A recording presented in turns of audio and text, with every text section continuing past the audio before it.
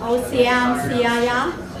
We'd like to welcome you to Idle No More Education Forum here at Trinity Western University.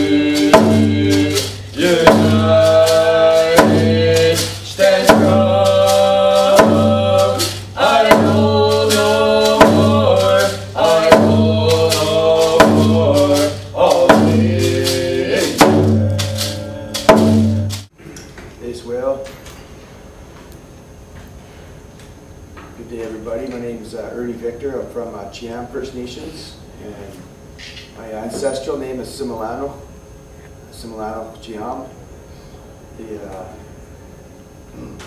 The valley here is my home. I consider myself a valley boy. My ancestral name goes back, to the times of when the ice was still covering inside the mountains, when there were surges of water flooding the valley out. When the first leaves and plants and trees showed up here, the first people showed in this great land of ours. I have relatives sitting here who come from long lineages as well. There's stories that go back, and whereas predecessors who carried my ancestral name witnessed times when the first Swiwa showed up here, came with the women from the ocean. And the women showed us how to be when we're harvesting the hooligan from the Fraser River. How they honored that little bit of life that came up this river and fed our people. Showed the men how to harvest them. Showed us how to care for this little bit of life that's in the river. One single species. Families have songs that resemble the nature of this little tiny piece of life in the river. There's a way to act. You don't think it's less than you. It's the same as you. The Swiwa were a group of men who come up the river first, and their women were following them behind. They're equal to us as life. The fundamental difference between how life is perceived in Indigenous perspectives is much different than what Canadians see or Prime Minister Harper sees. The young lady was talking about the gutting of the Fisheries Act. It's a shame. It's a real shame. There used to be over 30 species of sockeye that came up the Fraser River, entering all the different rivers that flow into the Fraser. Right from Statla up in Prince George all the way down to Pitt River and Stave and Harrison and Chilliwack, all have sockeye. With the gutting of this Fisheries Act, the protection of the word habitat itself reflects, salmon in a number of different ways. It reflects them when they spawn, when they're just little fries, when they're juvenile salmon, so they're like, 1-year-old. Reflects when they're heading out to the ocean, when they're going to be bypassing the fish farms and the oil tankers. The potential for things to harm salmon is broad. There's a whole bunch there. But the word habitat removed from the Fisheries Act, removed from species at risk. We have this thing called COSWEAK, or Species at Risk Act, which protects salmon that are going to be, or life that's going to be endangered. We have endangered species that are going to be extinct right here in our Fraser Valley. With the removal of the word habitat or critical habitat from legislation, things can happen and we won't even know. And that's the difference. We you know, one time, you know, so you get this big change in new legislation, a new way of thinking for government. Well, as First Nations people, we watched this progressively get worse. At one time, the Department of Fisheries and Oceans, their main job was about developing commercial markets for Fraser-bound salmon. So the Department of Fisheries and Oceans was really a marketing branch. It wasn't a branch about fish. It was a branch about helping the commercial fishermen sell their fish to the world, right? And all of a sudden they fished them all up. All the fish are gone. So then they start talking about conservation, right? And conservation isn't really what you'd think it would be. Conservation in its term, from a Western scientific standpoint, is about you know, conserving to a point where we can still commercial and harvest. So you're conserving to create a commercial fishery, right? And that's the definition is pretty close to that. And they found that that wasn't sufficient enough. Fish were still going extinct, right? So they changed. The new philosophy is sustainability, right? So we've stepped it up a little bit more. So sustainability, you know, not only includes commercial harvests done in a way that doesn't harm all the species, but maybe some of them. Plus, sustainability's definition includes a little bit for the resource itself, maybe a little bit, right? Sustainability includes Indigenous perspectives, right? So 1990, we start talking about sustainability. Well, what happens in 1990? Well, we start allowing First Nations access to more fish, right? And then that becomes, you know, the debate. It's the white commercial fishermen versus the native fishermen. That becomes the focus of this for at least a decade, 15 years, right? Not about the fish. Today, we have the removal of language, like I said, the word habitat from the Fisheries Act. That's going to wipe fish salmon out. Right? Now, I just kind of say this because we've been watching it, and we sit helpless. We've been screaming, we've been out loud, and been idle no more about salmon for a long time. And we've lost a lot of battles. Now, I kind of want to take a step back and say, well, if I'm going to sit here and complain, maybe do I have a solution? Right? Do I have a way to look at salmon a different way? Well, our people looked at, our Indigenous worldview looked at salmon from a robust perspective. Robustness is a little different than conservation. It's a little different than sustainability. And it's a lot different than what Harper's doing right now. It's almost an extreme difference.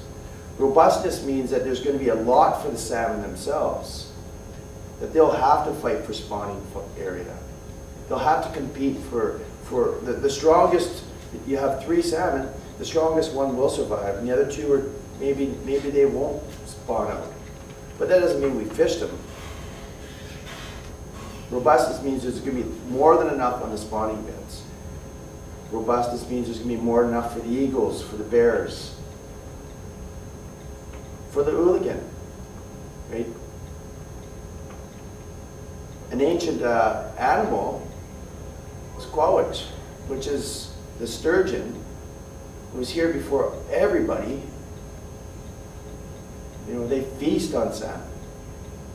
But if we're harvesting fish to the level of sustainability, there's not enough for them. We're starving. Right? So when you talk about robustness, you need to have enough for everything. More than enough for all the ecosystems that tie into the one run of salmon. And in time, there'll be enough for the sale, the harvest of salmon, and the use for protein to feed people around the world. Right? And that's a big thing. But you have to change the way you think. We have to change the way we see life. All life is equal. That's one of our Stalo perspectives. It's one of our ways of being. I don't dominate over something. It's not here for me. I relate to it because it's like a brother. I treat it like a sister. If I think I'm better than it, it's going to go away. Trust me, if you have a good friend of yours and you think you're better than your friend, he's not going to be a friend no more. Or she's not going to be a friend. Life is simple. It is that wisdom that the young lady was speaking about. So there has to be a big change. When it comes to fisheries, there has to be a change. I was speaking with a biologist who worked for Fisheries and Oceans first. He became a fisheries biologist. You know why? Because he loves fish. He used to say, I'm going to go work for Fisheries and Oceans. But found that his job actually entailed the killing of fish, the removal of the extinction of salmon. And he couldn't be a part of that. It was just wrong for him to be a part of that. So he started his own business, became a consultant. But he's the kind of consultant that industry won't hire because he doesn't say the right things. He doesn't say that there's no salmon interest in this creek. There's no salmon interest in this creek. He wouldn't say that because there are salmon interests in this creek. The young lady spoke about having to prove something, right? Well, okay, if there's only 10 fish left and there's room for, say, 1,000 fish to spawn, you got to prove, first you got to find those 10 fish, okay, they go right there, and they prove that they're there, and that's the only spot they'll protect. They won't protect the rest of the spot, the rest of the river. It doesn't, because there's no proof, right? So the whole notion of science is being obscured. Like, we have to question what we're doing, what we're teaching in universities. There's countries that relied on economies for thousands and thousands of years. I mean, Israel, for instance, right? Anybody know what their national tree is? Put your hand up if you know what Israel's national tree is. Olive tree? I think it's the cedar tree. The cedar tree, right? Do you think there's a cedar tree in Israel? No, honestly, do you think there's a cedar tree in Israel? I wouldn't want to be Canada's symbol, right? As a First Nations person, I wouldn't want to be that. Not the way we're thinking. Not the way we're being. And what I Don't Know More is doing to me, I'm a fisheries manager for Stalo Nation, plus I'm a chairperson for the Lower Fraser Fisheries Alliance for 30 bands in the Fraser Valley. And what I Don't Know More is doing to me is it's questioning my role within the society I work for. I work within fisheries to work with Fisheries and Oceans, but really I'm doing Fisheries and Oceans a favor because they're continuing with their mandate. They're continuing with the exploitation of our rivers, exploitation of the life in the river, and they're not protecting the salmon. It's a simple thing, and so I'm sitting here. I love salmon, but am I doing the right thing? Right? I Don't Know More is getting me to question my role within society as a fisheries manager. At one point, I took pride in bridging. You know, here's what our elders were saying. Elders would talk about conservation. Right? True conservation is standing at the riverbank with your drum and your open heart and your mind singing for that first salmon to come up the river because our people need to eat the salmon. And honoring that first salmon by taking its life. Honoring your responsibility that you have to that salmon because it's offering itself to you. So you take it and you share it with everybody. And not only do you share it, but you also give back to the river, to the salmon, to the life that you've taken. So you take something, you put something back. But here's Fisheries and Oceans. They say conservation isn't that. Conservation is okay, there's 25 runs of salmon. Let's group it into 4 bunches. We'll call it early Stewart, we'll call it early summer, summer, and late summer. So then you get about 8 or 9 runs coming in those 4 aggregate groups. We'll manage the aggregate groups. Meanwhile, there might be 1 million salmon returning to Quesnel, or say the Adams. Everyone knows the Adams River, right? But along with those 1 million, there happens to be only 30 going to Caldas Lake. We know what Caldas Lake is. Well, that sockeye is going to get extinct. It's going to be wiped out. There won't be no more sockeye there, along with a whole bunch of others, because we look at this aggregate management, and then we call that conservation, because we somehow scientifically said that that's okay. And I don't know how the scientists do this, but they somehow do it, right? And to me, it's baffling. So, from my own perspective, and I know where I am at, right? Trinity Western University, right? I know where I'm at. Right? My challenge to everybody here is to put all life equal. My Uncle Russell, my Auntie Patty's brother-in-law, he wakes up 5 in the morning almost every day, and he opens his Bible and he prays. And every day he does this. And he doesn't miss a beat, right? And he carries the peace of the Lord with him wherever he goes. And people feel it. People see it. He comes in the room and people just open their hearts to him. This is how good of a guy he is in his Christian faith. But being Aboriginal and having a discussion with me, there's a question there.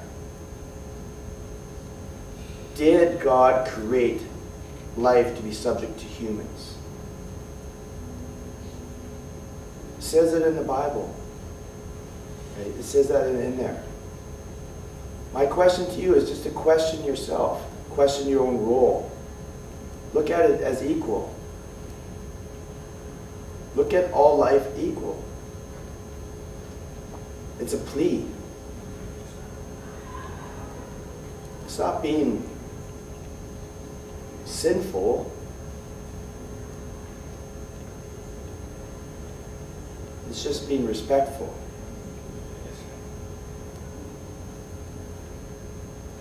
So we have family dinners, right? But we don't really talk about religion that much. And sometimes we do, sometimes we don't. We're a funny family, right? And on the way down here, my 2 friends were talking about the old days when our people would practice our spirituality. Our cousin comes in with his regalion. Well, there's a lot of meaning to what he says and what he's done up here. And our religion was outlawed because it was never understood. Right? So I'm saying take some time to understand the life around you before you start making laws about it or changing, getting rid of it or not respecting its value within the larger ecosystem or the larger watershed. Because life's funny, right? At the end of the day, the sturgeon was here with populations of people. We were wiped out of this land one time. There was a volcano and it erupted. The skies went red. Not many people survived that time. The valley was wiped out, was cleansed of all human life. But animals survived. Animals survived. And some people did too. They're some of our ancestors, right? So we can be humbled if we're forced to. If this earth is going to force us to be humble, it will. But if we choose to be humble first and give some respect back to it, maybe our time here will be a bit longer. So, you know, there's some things I wanted to get into, and how am I doing for time, Auntie? Okay, so there's the cutoff point. And I thank you all for listening, and I don't say anything out of illness, and I don't mean to offend anybody. And if I have hurt anybody's feelings, I make an apology at this moment. I sincerely don't want to question who you are, what you believe in, and I just only ask that there's a more respect for life. So, thank you.